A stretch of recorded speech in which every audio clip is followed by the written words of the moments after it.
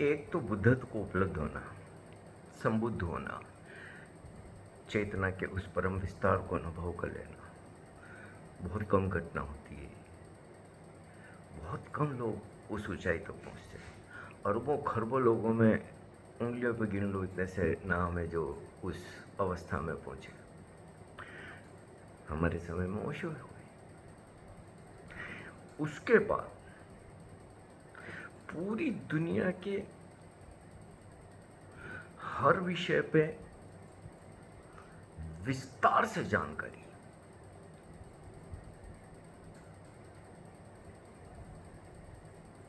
ओशो के पहले ऐसा कोई जीनियस कभी नहीं हुआ जिसे इतना ज्ञान, हजारों साल पुराने शास्त्रों से लेकर अधुनातन जितनी भी खोजें, अध्ययन और लिखी जाती है किताबें, उन पे ओशो का अधिकार से बोलना।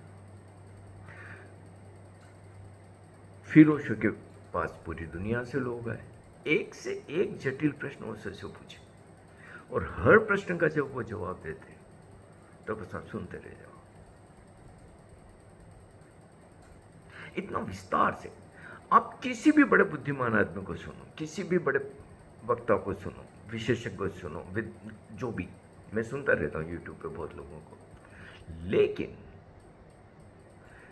जो ओशो जवाब देते हैं, चाहे वो प्रश्नों का हो, चाहे वो शास्त्रों में लिखे श्लोकों का हो, तो आप दंग रह जाते हो। और आपको स्पष्ट लगता है कि जो पूछा गया, जो श्लोक है, उसमें से जितनी भी चीजें संभव थी वो सब ओशो बोल गए। ये सब विस्तार से और गहन कभी कोई नहीं बोल पाया।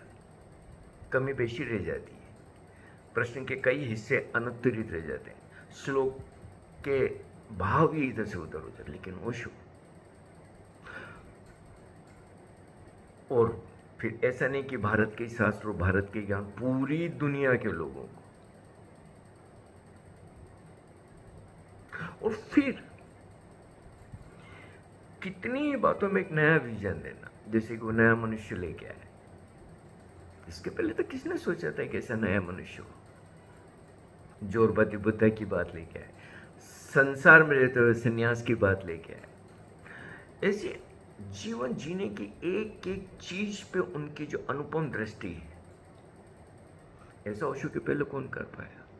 फिर ऐसी ऐसी ध्यान विधियां बनाई, क्योंकि ओशो के पहले तो जितनी पुराने शास्त्रों में विधियां थी वही काम आ रही थी।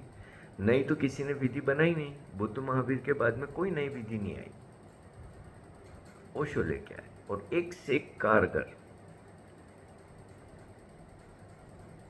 थेरेपीज बनाई। फिर ओशो की ये अपनी अद्वितीय विशेषता है कि उनका रोज सुनिए, कभी बोर नहीं होते। मैंने एक ही प्रवचन सालों तक सुन के देखा, हर दिन मुझे नया लगता था, ताजा लगता था और रोमांचित होता था। आप अच्छे से अच्छा गाना हो कि कुछ और चीजें हो, बहुत दिनों तक नहीं सुन पाते, फिर आप बोर होने लगते हो। ओशो से आप बोर नहीं होते। ओशो से ऐसे ऐसे जटिल और प्रश्न पूछे गए, जब हम प्रश्न सुनते तो हैरानी होती कि ओशो इसका जवाब क्या देंगे, लेकिन फिर उनका जो जवाब निकल के आते हैं और विस्तार से, क्या बस चकाचौंध रह जाओ कि क्या बोले हैं।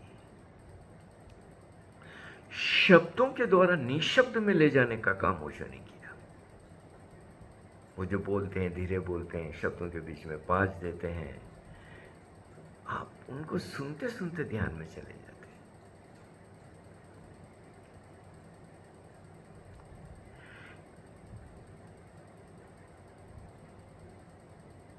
कभी ओशो ने किसी को गिल्ट नहीं दी।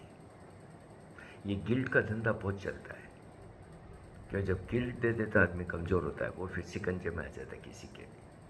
ओशो ने किसी को गिल्ट नहीं दी। सब तरीके के लोग ओशो के पास आए और ओशो ने सबको स्वीकारा भी और सबको नए रास्ते बताए।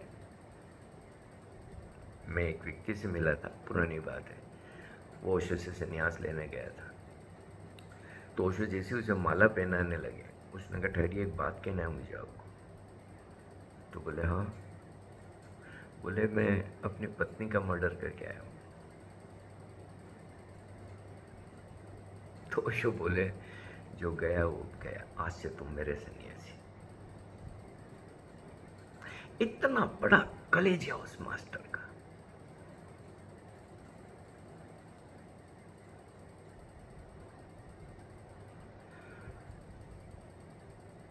छह 650 किताबें एक व्यक्ति की। तो दुनिया का कोई ऐसा विषय नहीं होगा जो जिस पे वो नहीं बोले।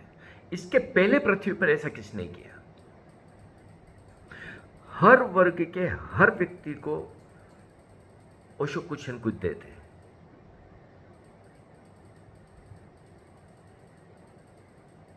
मुझे लगता है कि ओशो ने जो किया उसको मानव जाति को समझने में युगों लग जाएंगे, और कोई भरोसा भी नहीं कर पाएगा कि ओशो जैसा व्यक्ति कभी इस पृथ्वी पे आएगा।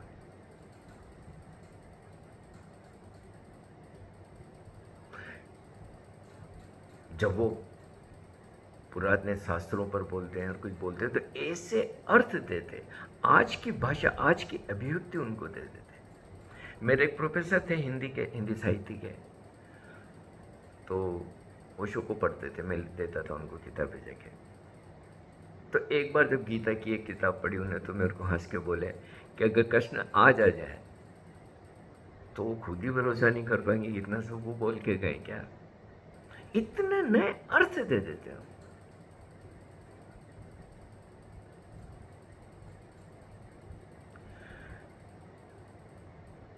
मुझे नहीं लगता कि अभी अब हजारों सालों तक ओशो जैसा व्यक्ति फिर कभी होगा।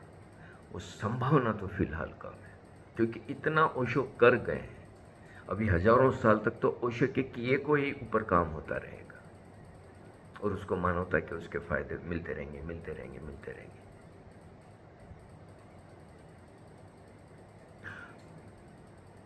और उसके बाद आप देखो कि ओशो इतना कुछ कर रहे हैं, दुनिया उनके पीछे है, इतने बड़े वर्क हो रहे हैं, लेकिन वो शांत। उनका सेंस ऑफ ह्यूमर ग्रेट। किसी भी बात पे वो आपको हंसा हंसा के लोटपोट कर देते हैं। उनके बोलने का टोन में वो आपको हंसी आ जाती है, वो व्यंग करते हैं। मैं सोचता हूँ कि कभी हिंदी साहित्य में इस पे जब कभी चर्चा होगी या शोध होंगे, तो हिंदी में या इंग्लिश में भी ऐसा व्यंग्यात्मक बोलने वाला व्यक्ति कोई नहीं होगा, श्रेष्ठ व्यंग। मैंने हरिशंकर प्रसाई को भी सुना, मैंने के.पी. श्रीवास्तव कौन था उसको भी सुना, सब जिनको भी पढ़ने में आते ही राज्यों का एक से एक धुरंधर व्यंग के हुए, लेकिन ओशो के सामने सब बच्चे हो जाते। इतना धारदार व्यंग करना। तो निश्चित रूप से ओशो के इस वर्क का इस मानव जाति की चेतना पे बहुत गहरा असर हुआ है। कोई शब्दों में कह पाए नहीं कह पाए, या महसूस करे नहीं महसूस करे, लेकिन असर ओशो छोड़ गए, और बहुत गहरा असर छोड़ा है। और इसका फायदा इस मानवता को हजारों साल तक मिलेगा। जो बीज बो गए हैं बो के गए हैं हर एक दिल में, वो बीज अंकुरित भी होंगे और विशाल वटवृक्ष भी बनेंगे। ओशो का जो बुद्धा भी सत्य होगा, नया मनुष्य भी सत्य होगा, शांति और पूरी पृथ्वी को अपना घर समझ के जीने वाले लोग भी बहुत होंगे।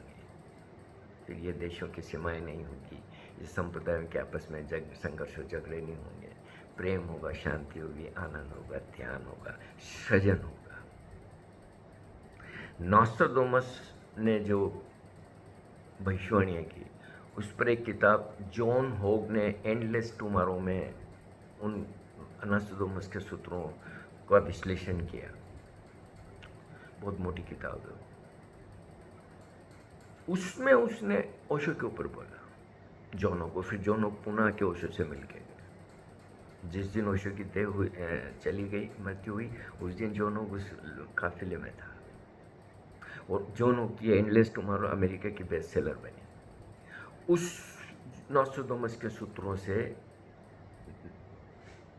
निकाल के जॉन हुक कहता है कि ओशो वो हैं जिसकी नॉस्ट्रेडामस मसीहा की भविष्यवाणी कर रहा है कि ऐसे ही एक कठिन दौर में ऐसा मसीहा आएगा। और उसने एक तालिका बनाई जो कि वो गुरु कितनी तालिका में राइट जाता है, तो सबके अलग अलग है। एकमात्र ओशो थे जो पूरी उसकी नॉस्ट्रेडामस की तालिका में सही है। ये ऐसा व्यक्ति जो पश्चिम को भी प्रभावित करेगा, भारत को भी प्रभावित करेगा, पूरब को भी प्रभावित करेगा, जिसके तर्क के सामने दुनिया की सरकारें थर थर कांप उठेगी। और इसी तरीके की बात है। ओशो कोई छोटी घटना नहीं है, इस मानव जाति की अद्वितीय घटना है। इस मानव जाति ने, इस अस्तित्व ने ओशो जैसा बुद्ध, ओशो जैसा समुद्र, ओशो जैसा मनीषी, ओशो जैसा विद्वान, ओशो जैसा एक नए विजन को लाने वाला व्यक्ति कभी नहीं दिया। ये सिर्फ ओशो है। हम सबको ओशो के इन सब चीज़ों का जितना फ़ायदा ले सकें जरूर लेना चाहिए। समय बेकार की चीज़ों में खराब करने की जरूरत नहीं। अस्तित्व ने इतना बड़ा उपहार दे दिया, अब इन पता नहीं कौन कौन से टटपुंजियों के चक्कर में क्यों पड़ना। ओशो के पार तो कोई नहीं जा सकता। ओशो के करीब ही आने में हजारों साल लगेंगे अभी तो। ऐसे हैं हमारे मास्टर, ऐसे हैं ओशो।